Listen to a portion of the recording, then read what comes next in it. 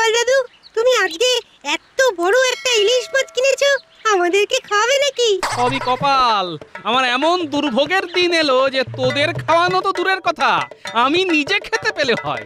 এখন আমার গুণধর শ্যালক আমার বাড়িতে এসে কদিন বসে গান্ডে পিণ্ডে খাবে, আর আমি ওর সেবা করব, সেবা।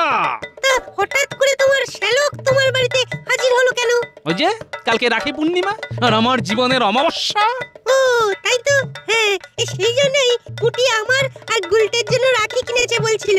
ঠিক আছে গোপাল দাদু, আমি চললাম।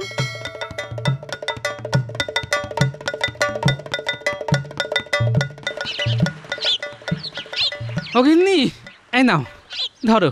আর আমাকে কিন্তু আজকে কিছু আনতে বলবে না, হ্যাঁ? ও তুমি চলে এসেছো। এই দেখ